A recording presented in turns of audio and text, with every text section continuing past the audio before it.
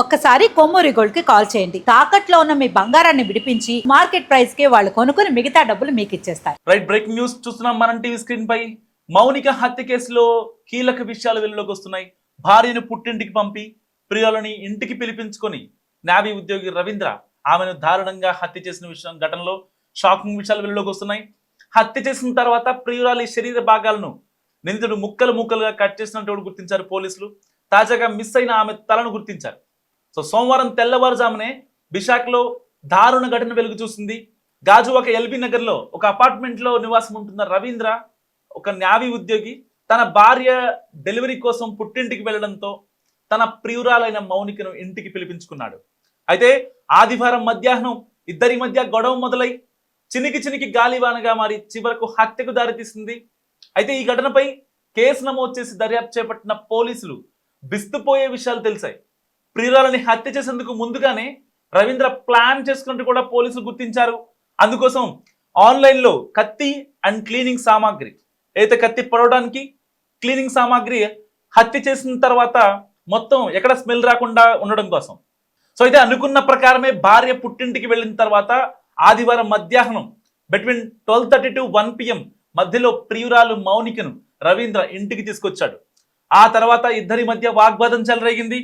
ఈ క్రమంలోనే మౌనికను ఊపిరాడకుండా ఫస్ట్ హత్య చేశాడు రవీంద్ర. ఆ తర్వాత ఆనవాళ్లు లేకుండా చేయాలని ఆమె శరీర భాగాలను తల, 2 చేతులు, మొండెం, నడుము, కాళ్ళు ఇలా మొత్తం 5 ముక్కలుగా వేరు చేశాడు. దానికోసం గొడ్డలి కూడా యూజ్ చేశాడు. మౌనిక మృతదేహంపై 50 కత్తిపోట్లు ఏదైతే ఆన్లైన్లో కత్తి పెట్టాడో ఆ కత్తితో ఫస్ట్ తలని వేరు చేశాడు. తల వేరవ్వాలి అంటే నార్మల్గా అయితే ఆపరేషన్ సిజర్స్ కావచ్చు, వాటితో అయ్యే పని కాదు, కట్ చేయొచ్చు. కానీ మొత్తాన్ని నరకాలంటే ఒక పెద్ద వెపన్ కావాలి. నార్మల్గా మనం మేకల్ని, కోళ్ళని కోయడానికి సోరకత్తులు వాడతాం కదా, అలాంటి కత్తి ఆన్లైన్లో ఆర్డర్ పెట్టాడు. దాంతో ఐదు సార్లు తన మొండెంపై, తన మెడ భాగంపై 5 సార్లు కొట్టి తలని ఫస్ట్ వేరు చేశాడు. దాని తర్వాత చేతుల్ని, 2 చేతుల్ని వేరు చేశాడు. దాని తర్వాత 2 కాళ్ళని వేరు చేశాడు. కేవలం ఆ ప్రైవేట్ పార్ట్స్ని కోసేసి ఫ్రిడ్జ్లో పెట్టి ఈ మొండాన్ని, ఈ కాళ్ళని సూట్ కేసులో పెట్టాడు రవీంద్ర. మొండెం భాగాన్ని సూట్ కేసులో పెట్టి నడుము, 2 కాళ్ళు ఇవన్నీ కూడా ఫ్రిడ్జ్లో పెట్టినట్టు గుర్తించారు. అయితే ఇంట్లో తల భాగం కనిపించకపోవడంతో, ఎందుకంటే మొదట కట్ చేసింది తల కాబట్టి ఫస్ట్ అడిగింది పోలీసు వాళ్ళు స్పాట్కి వచ్చిన తర్వాత తల భాగం ఎక్కడుందని ప్రశ్నించారు. అయితే ఇంట్లో తల భాగం కనిపించకపోవడంతో ఆరా తీగా తల, చేతులు మూటగట్టి అడవివరం ప్రాంతంలో కాల్ చేసినట్టు కూడా నిందితుడు పోలీసులకు చెప్పాడు. అయితే ఈ హత్య చేసిన తర్వాత రవీంద్ర తన స్నేహితుడైనటువంటి సందీప్కి, తను బెస్ట్ ఫ్రెండ్ సందీప్ అనే వ్యక్తి రవీంద్రకి వెంటనే సమాచారం ఇచ్చాడు. ఇలా జరిగింది, ఇది సిచ్యువేషన్ అని చెప్పి. దాని తర్వాత సందీప్ ఎవరైతే ఉన్నారో రవీంద్ర ఫ్రెండ్, పోలీసులకి ఫోన్ చేసి మా ఫ్రెండ్ ఇలా చేశాడు అని చెప్పాడు. దీంతో అప్రమత్తమైన స్నేహితుడు రవీంద్ర భార్యతో పాటు సోదరులకు సమాచారం ఇచ్చినట్టు కూడా పోలీసులు గుర్తించారు. ఇక విషయం తెలుసుకున్న కుటుంబ సభ్యులు పోలీసులకు సమాచారం ఇవ్వడంతో రవీంద్రను అరెస్ట్ చేశారు. అయితే 2020 నుంచే మౌనికతో రవీంద్రకు పరిచయం ఉన్నట్లు కూడా పోలీసులు గుర్తించారు. 2023లో మౌనికకు బ్రేకప్ చెప్పారని రవీంద్ర పోలీసులకు చెప్పినట్లు కూడా తెలిపారు. ఆ తర్వాత ఆమెకు పెళ్ళైందని, అయినప్పటికీ మౌనిక తనను పెళ్లి చేసుకోవాలని ఒత్తిడి చేసిందని, అందుకే ఆమెను హత్య చేసినట్లు కూడా నిందితుడు రవీంద్ర చెప్పిన మాటలు ఇప్పుడు తెలుగు రాష్ట్రాలని షేక్ చేస్తున్నాయి. ఒక పక్క మొండాన్ని వేరు చేసి, తలను వేరు చేసి, 2 చేతుల్ని వేరు చేసి, 2 కాళ్ళని వేరు చేసి, ఇటు అందరి కాడికి సూట్ కేసుల్లో, అందరి కాడికి ఫ్రిడ్జ్లో పెట్టి ప్రైవేట్ పార్ట్స్ని డీప్ ఫ్రిడ్జ్లో పెట్టిన వైనం నిజంగా తెలుగు రాష్ట్రాలని ఒక్కసారిగా కలిచివేస్తుంది. మౌనిక హత్య కేసులో ఇప్పుడు తల ఎక్కడ ఉంది అని మార్నింగ్ నుంచి మొత్తం బ్రేకింగ్, మామూలు బ్రేకింగ్ కాదు. బేసిక్గా ఇలాంటి టైంలో ఎక్కడ దాచావు అని చెప్పి పోలీసులు తమదైన స్టైల్లో రవీంద్రని విచారించగా రవీంద్ర చెప్పిన మాట, అడవి ప్రాంతంలో తన చేతుల్ని తన తలని కాల్ చేసినట్టు కూడా చెప్పాడు.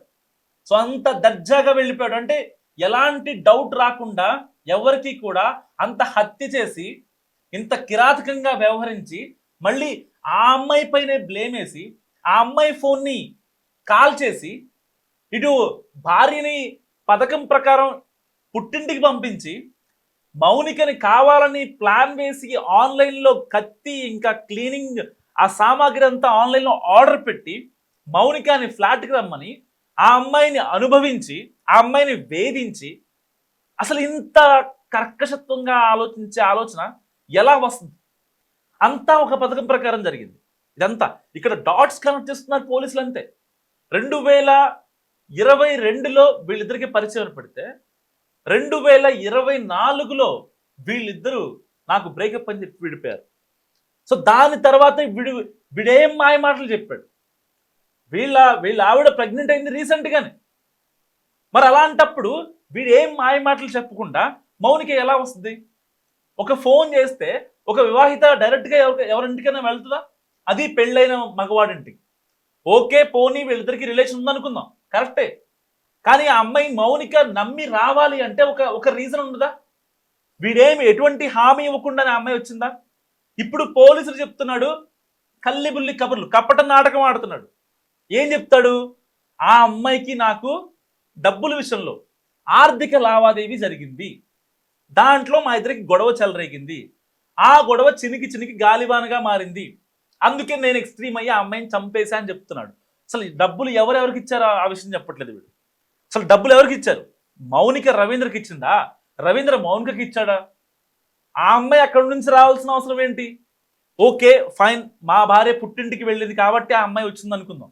ఆ అమ్మాయిని నువ్వు మళ్ళీ అనుభవించాల్సిన అవసరం ఏంటి? అంటే ఏ ఉద్దేశంతో నువ్వు ఆ అమ్మాయి ఫోన్ తగలబెట్టేశావు?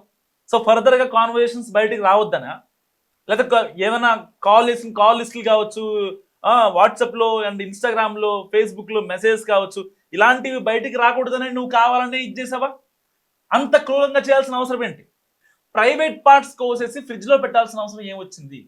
నువ్వు ఆల్రెడీ అనుభవించావు అమ్మాయిని. అనుభవించిన తర్వాత కూడా పోలీసుల దగ్గర లొంగిపోయి మీ ఫ్రెండ్ సందీప్కి కాల్ చేసి జరిగిన మ్యాటర్ అంతా అందరికి కన్వే చేయించి ఏదైతే వీడు చెప్పడం వీడికి ఇబ్బంది అయ్యి వీడప్పుడు తలాను చేతుల్ని పక్కన అటవీ ప్రాంతంలో దహనం చేయడానికి వెళ్ళాడు, అంత్యక్రియలు చేయడానికి వెళ్ళాడు. ఆ అమ్మాయిని చంపింది నువ్వే, మీ భార్యని పుట్టిని పంపించింది నువ్వే, ఆన్లైన్లో కత్తి ఆర్డర్ పెట్టింది నువ్వే. ఆ అమ్మాయి ఒంటి మీద దాదాపుగా చనిపోయిన శవం మీద 40 కత్తిపోట్లు వేసింది నువ్వే.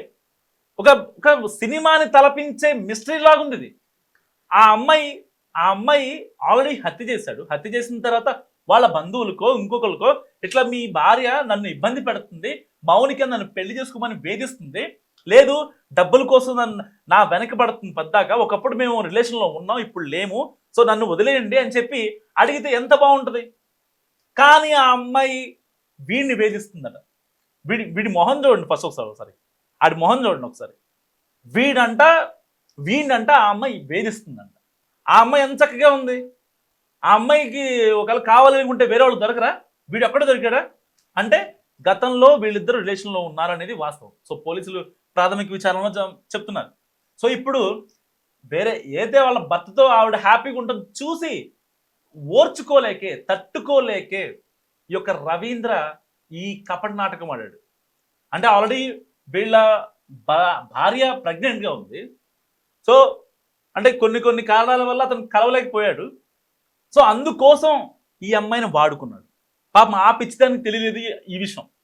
వీడు వాడుకుంటున్నాడు, నాకు డబ్బులు ఆశ చూపించి, లేకపోతే నిజంగానే ఈ వీడే ఇచ్చాడా, ఆ అమ్మాయి ఇచ్చిందో డబ్బులు మ్యాటర్ పక్కన పెడితే వాడుకుంటున్నాడు అనే విషయం మౌనిక గ్రహించలేకపోయింది. అందుకే ఆ పాప అనంత లోకాలకు వెళ్ళిపోయింది వాళ్ళు.